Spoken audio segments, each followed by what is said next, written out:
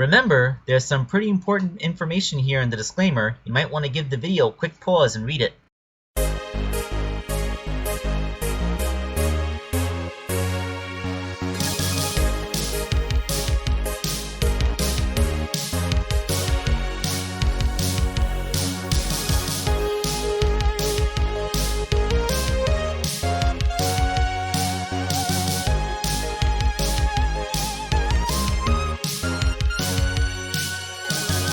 Hello my friends, this is Wakeangel 2001, and we are coming at you with the first proper custom figure of 2025, which should have come out quite a while ago, but again, I'm gonna throw out that flu excuse.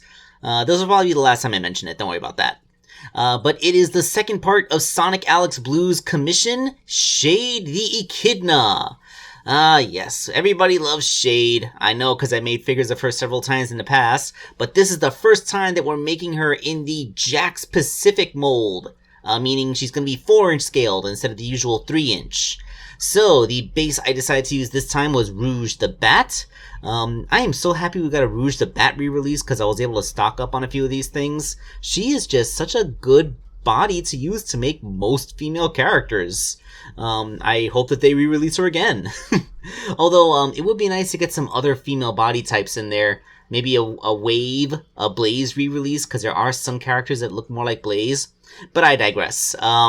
In this case, Rouge does work quite well. The parts are 3D printed, being her head and her feet. The head is printed in 2 pieces, because, you know, like, those dreads are a very unique shape, and I couldn't make them print properly while the face was still attached. Like, either the dreads would get filled up with sculpting, with support media, and then that would screw up their sculpt, or the face would get messed up. So the only thing to do was to cut it in half so that they could be oriented the proper way, and the face wouldn't get covered up, and then the dreads would also be able to print. Alright, so modifying the legs to go into the feet is kind of similar to what I did with Princess Sally. I had to shave away pretty much all the material that makes a Rouge the Bat's boot and cut away just the right amount of it so that I would be able to stick it into Shade's boot. Like, I figured if I could keep the knee at the same height, then I would be able to preserve the figure's proportions. So this is just how it works out. The boot on the right, I just wanted to show how the shin went into it. So, you can see I took Rouge's foot and I cut away, I cut away most of her shin, like the pin disc that sticks into her shoe and all that. That's all gone. And then I shaved it down into this little shape that kind of looks like a mushroom. And then I drilled a hole into the top of the boot that complemented that new peg that I made and stuck it in there. It's not exactly good enough to make into a boot swivel, but, you know, like, the way that Rouge's knees work, she doesn't really need a boot swivel. But that's, you know, it gives a good anchoring point so that the foot can go in there and you can bend the knee without worrying about accidentally snapping the foot off. That's the thing that you have to worry about when you're making custom figures, you know. And the body, I forgot to take a picture of my modifications to Rouge's body. Given the reference piece that Sonic Alex Blue showed me, I was pretty sure that he wanted to preserve the cleavage on the Rouge figure, so I did nothing to sculpt over that. But, it's hard to tell because I already painted it black in this picture, but I did sculpt the armor lines around her waist and up by her chest, like the one that goes around her armpits. I actually blended it into the original heart-shaped top, so that it works with the Rouge sculpting rather than trying to cover it. Like, I blended some of the figure's natural sculpting in with my new stuff. Like, I did cover in the sides a little bit to like make it look like it's not the heart-shaped top. Like, she just has like how would I put it? It's is it like an armor corset? Cause like there's like 3 segments to her armor. There's like her shoulder pits, which are above the first ridge. And that's where you can see her cleavage through. Then, like, there's a second part, which is, like, the midsection, and then right at her waist, there's another ridge, and then below that is her hips, and, you know, that's kind of how the Shade armor works. And she has a tail. So, yeah, like, an Echidna tail. So with all that done, that's basically just a big old repaint job Fortunately, Shade is a relatively simple character. She's mostly black with only a few pink and silver highlights. The wrist dealies are sculpted in place. Those are Rouge's original hands, and her wrists still work. No need to make new hands for her because, I remember back in the day I would either use a silver figure or a Mega Construx mini, which meant having to make entirely new hands for her, but nope. This time I'm able to do it with Rouge's original hands.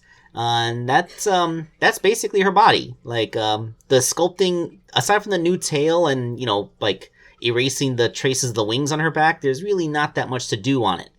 Although, that was a significant repaint job, of course.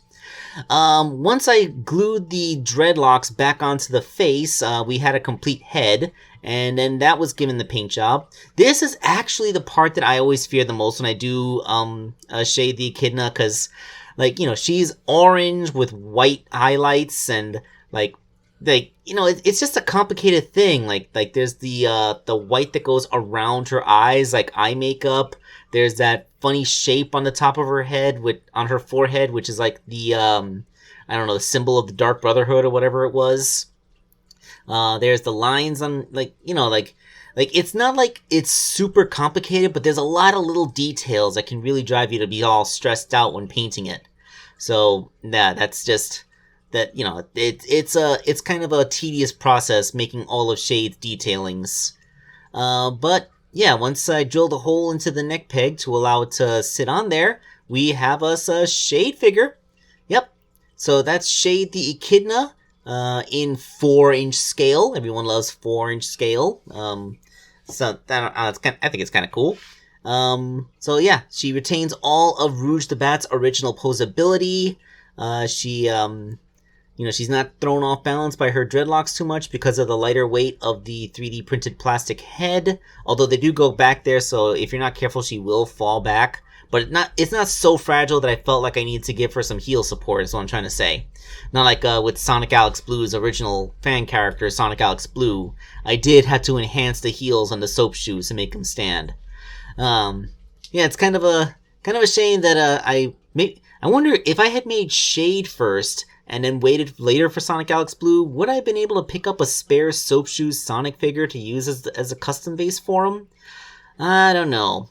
But whatever. The point is, both of his figures are done now, and I can finally say that I completed a commission for a person.